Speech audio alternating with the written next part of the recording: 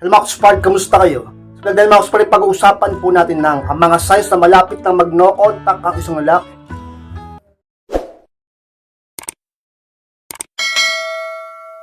At kung handa na kayong lahat ay magsulap po tayo at muli, be inspired!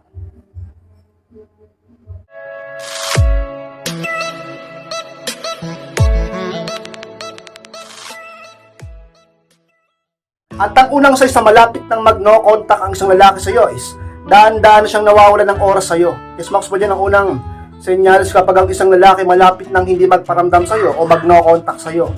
Alam niyo mga kinspart, ganyan yan. At talaga naman kinspart, syempre, dinadahan-dahan niya naman. Yung iba biglaan, yung iba naman dinadahan-dahan. Yan ang nakakalungkot yun diba? Ay baka sabihin ng iba kinspart, bakit naman kasi kailangan pang gawin nila yon? Iba-iba ang dahilan nila kung bakit sila nagno-no contact ron. Kahit kayo, di ba? Pag nagno-no contact kayo minsan, iba rin ang dahilan mo. Iba ang dahilan ng kaibigan mo, iba ang dahilan ng iba. Kaya hindi ko masasabi yan kay Spark. Pero kapag yan ang nararanasan mo na para bang daan-daan na siyang nawawala ng oras sa'yo noon, hindi naman siya ganyan. Talaga namang hindi mo na kailangan pa mag-demand ng oras sa kanya at talaga namang lagi siya nagbibigay ng panahon sa'yo. Kahit busy siya, ay lagi siya nagbibigay ng panahon sa'yo.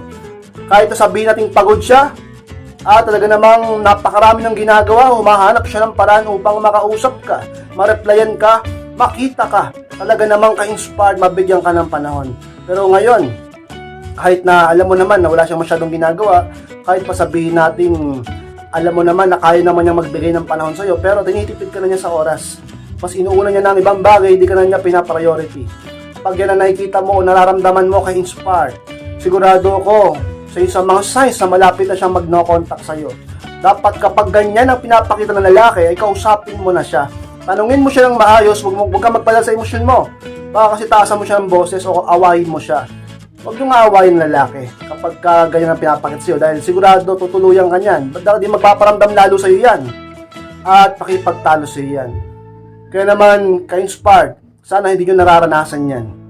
Sana hindi nyo yan na-experience ngayon na yung partner mo, yung boyfriend mo o yung asawa mo ay dahan-dahan nang nababawasan ng oras na binibigay sa'yo. Sapagkat isa yun sa mga pinakasinyales ka-inspired ng isang lalaki ay malapit na mag-no contact sa iyo. At ang pangalawang signs mga ka-inspired na malapit na mag-no contact sa iyo ang isang lalaki, pakonti na lang pakonti yung paglalambing niya sa iyo. Yan ang pangalawa ka-inspired. Kung noon napaka-sweet niya sa'yo, lagi siya naglalambing sa'yo, talaga namang ka-inspired, ginagawa niya lahat upang pakiligin ka, pasayahin ka, pangitiin ka. Ngunit ngayon, ay pakonti ng pakonti ang pagiging sweet niya sa'yo, paglalambing niya sa'yo. Minsan, hindi na nga siya, wala na nga katamis-tamis Minsan, nangaaway pa siya. Minsan, parang wala lang ikaw sa kanya. Parang hangin ka lang, o kaya naman parang normal na kaibigan ka lang, ka-inspired. Pag yan ang nakikita o nararamdaman mo, ay talaga namang isa sa mga signs ng isang lalaki, ay malapit nang hindi magparamdam sa iyo. Kapag ganyan, ay talagang mga agapan mo. Pag ang isang lalaki hindi masyadong nagpaparamdam sa iyo, wag mong masyadong sabihin natin awayin o kulitin. Dapat unti-unti ka ring mag-no contact sa kanya upang bumalansi ang lahat sapagkat ka-inspired. Kapag nag-no contact ka sa kanya, sa mga panahong parang nanlalamig siya tulad ng ganyan, hindi siya naglalambing sa iyo, unti-unti babalik ang interest niya sa iyo na nawawala naman. Magiging attractive ka muli sapagkat ka-inspired ang attraction ay nawawala na sa kanya. Hindi ka na masyadong attractive sa kanya dahil nga hindi na siya masyadong romantic sa iyo. Pero pag nag-no contact ka sa kanya o di ka masyadong nagpaparamdam, matagal kang mag-reply, mga ganyan, nagpapaka-busy ka, di mo pinupokus ang lahat ng oras mo sa kanya, ay unti-unting malalabanan at babalik pa. Isipin niya na mali yung ginagawa niya. Isipin niya na baka tuluyan kang mawala. Dapat unahan mo ka-inspired. Sa isang mga tips ko sa inyo at isa sa mga pinakasinyals ng isang lalaki ay malapit na mag-no contact sa iyo, ka-inspired. At ang pangatlong signs mga ka-inspired na malapit na mag-no contact sa iyo ang isang lalaki, patagal na ng patagal ang pag-reply niya sa iyo. Yan ang pangatlo ka-inspired.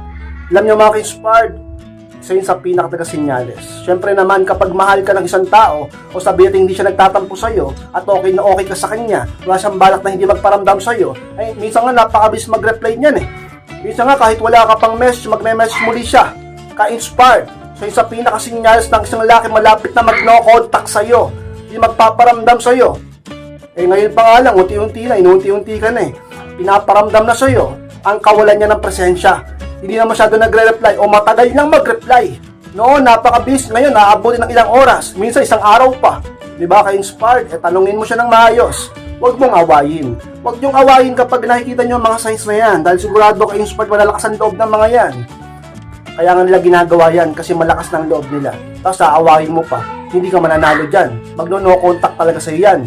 Kaya pag ang isang lalaki sa mga pinapakita niya, ang gawin mo, huwag ka rin masyadong mag-message muna. Huwag kayo muna mag-reply agad. Gawin mo yung ginagawa niya sa'yo. Tulad niyan, matagal siya mag-reply. Di matagal ka rin mag-reply upang isipin ka niya.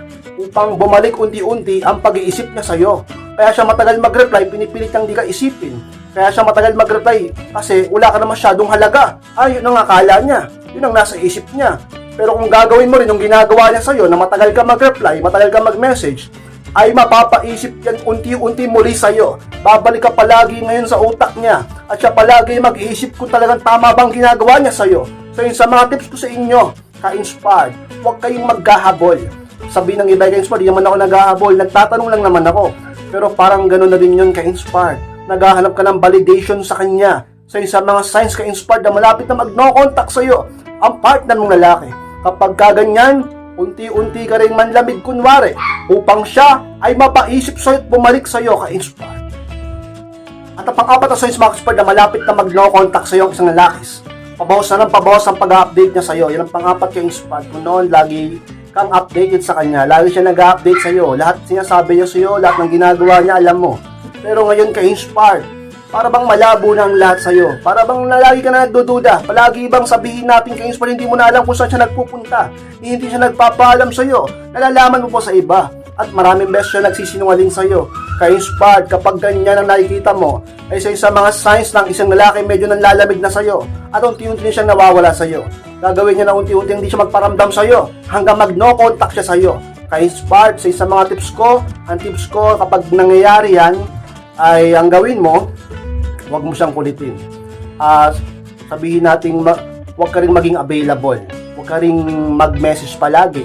Ganun lang yan kay Inspire, di ba?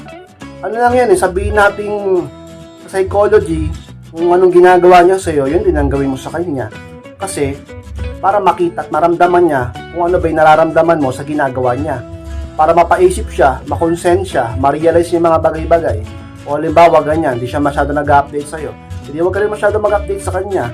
Matagal siyang mag-message, matagal ka rin mag-message. Matagal siyang mag-reply, matagal ka rin mag-reply. Hindi siya masyado nagpaparamdam, huwag ka rin masyado magparamdam. No contact siya, no contact ka din. Ganun lang yan. Hindi ka na naghahabol, pinapakita mo pang may pride ka. Hindi ka na naghahabol, pinapakita mo pang may value ka. Pagmamahal, pagpapahalaga sa sarili mo. Nare-respeto mo sarili mo pag ganun. Pinapakita mo sa kanya na hindi lang siya ang lalaki sa mundo. Pinapakita mo sa kanya na kaya mo maging masaya, matatag at malakas kahit wala siya. Pinapakita mo kay Inspired na hindi siya ganun kahalaga. Bakit siya habulin? Bakit siya magmamataas? Bakit siya magiging ganyan? Ngayon yung lalaki, bababa ang pride at ego niyan. At dahil ganun ang ginagawa mo, mapapaisip siya. Kailangan niya ba talagang gawin yan sa'yo? Baka nagkakamali lang siya. Ngayon yung lalaki, pagmumuni-muni yan. Kay Inspired, sa mga tips ko sa inyo, pag ginagawa niyan. Pero isa sa mga signs ng isang lalaki, ay malapit na mag-no contact rule sa'yo o mag-no-con o di na magparamdam sa'yo, ka-inspire. At ang panlimang signs, mga ka-inspire, na malapit na mag-no contact sa'yo ang isang lalaki, unti-unti na siyang nagdadahilan. Yan ang panlima, ka-inspire. Alam niyo, mga ka-inspire, kapag ang isang lalaki ay palaging nagdadahilan sa'yo, noon wala siyang idinadahilan. Kung gusto mo ganito, pagka humingi ka ng favor, gusto mo makipagkita, may request ka, may pakiusap ka, may demand ka, lahat binibigay niya sa'yo. Panahon niya, pera, lakas at iba pa. Talaga namang binubuhos niya pagmamahal niya sa'yo. Lagi mong nararamdaman, lagi mong nakikita, lagi mong nararanasan. Pero ngayon, talaga naman ka-inspire. Kulang na lang, sabihin niya maghiwalay na kayo. Palagi siyang humihingi ng space sa'yo, lagi siya sabihin natin nagdadahilan, gusto mo makipagkita, meron siyang busy siya. Gusto mo makipag-usap, may ginagawa siya. Gusto mo makipagkita, mamaya na lang daw. Pero noon, talaga naman, kahit marami siyang ginagawa, magtatago pa yan. Hahanap ng panahon, hahanap ng paraan, hahanap ng oras para sa'yo. Sapagkat ka-inspired, mahal na mahal ka niya. Pero ngayon, di ko alam kung ano nangyari sa inyo. Bumaba ang interest niya sa'yo. Nawala ang attraction at talaga namang nawala rin ang mystery niya sa'yo. Sapagkat naging ganyan siya. Hindi siya nagcha-challenge sa'yo. Kaya naman siya ang nagpapahabol sa'yo ngayon. Kaya, ka-inspired, kapag yan ang nararanasan mo, una sa lahat, ka-inspired, syempre, mag-pray ka. Mag-pray ka. Para habang di pa huli ang lahat, talagang tutulungan ka agad ng Panginoon. Huwag niyong hintayin ang Diyos pang sa inyo. Hindi lalapit ang Diyos sa inyo. Kayo ang lalapit sa Panginoon. Diba? Tapos, siyempre, gamitin mo yung mga technique na tinuro ko. Diba? Mag-no contact o mag-self-improve. Huwag maging needy. Huwag laging available. Diba? Huwag laging magparamdam. Ipakitang masaya ka pa rin. Maging matatag, maging matapang. Diba? Huwag maghabol, huwag maging marupok, huwag maging martir. Huwag kang masyadong magpakabaliw. Sapagkat ang pag-ibig ay masarap. Ngunit kung ito'y susobra, ito ay lason ka-inspired. Kung mahal mo ang buhay mo, pahalagahan mo ito. Sa pamamagitan ng mag-ingat ka, labanan mo, at talaga huwag kang magpapadala lagi sa emosyon mo. Kapag sinasaktan ka na, sobra na, binabaliwala ka na, tinitiis ka, pinababayaan ka, dapat mong isipin ng sarili mo.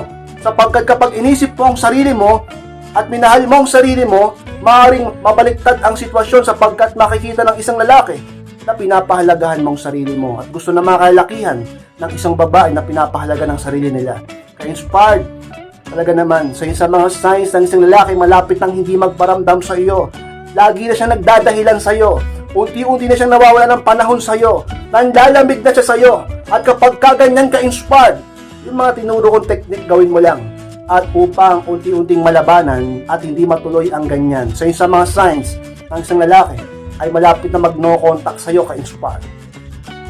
So Maxwell lang po na maraming salamat Max-Inspired sa pagtapos ng vlog na ito. Huwag niyo pong kalimutan na mag-like, comment at share na rin po upang makatulong din tayo sa iba. Sa mga hindi pa po nakasubscribe, ay pa-subscribe na po Max-Inspired at click nyo na rin po notification bell upang maging update kayo pag may bago akong upload. Sa mga gusto magpa-coaching na magpa-advise, pakimess lang po ako sa akin Facebook, pakichat ako, ako mismo mag-reply sa inyo at kakausap sa inyo. Maraming salamat Max-Inspired, mag-ingat kayong lahat. Mahal ko po kayo at muli, be inspired!